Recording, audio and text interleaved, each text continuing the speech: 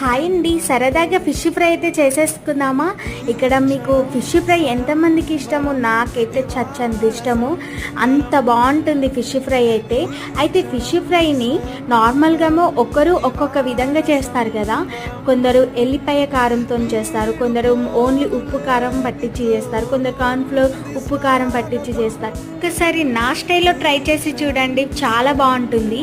అయితే మంచిగా లోపల జ్యూసీగా బయట క్రంచీగా చాలా బాగుంటుంది. అయితే మీకు ఒక మంచి టిప్ చెప్పనా, ఫిష్ ఫ్రై చేస్తున్నప్పుడు ఆయిల్లో మసాలా అన్నది సపరేట్ అవుతుంది కదా, అలా అవ్వకుండా ఉండడానికి ఒక 2 టేబుల్ స్పూన్ కార్న్ఫ్లోర్ వేసారనుకోండి, ఆయిల్ కూడా నీట్గా ఉంటుంది, మసాలా విడిపోకుండా ఉంటుంది.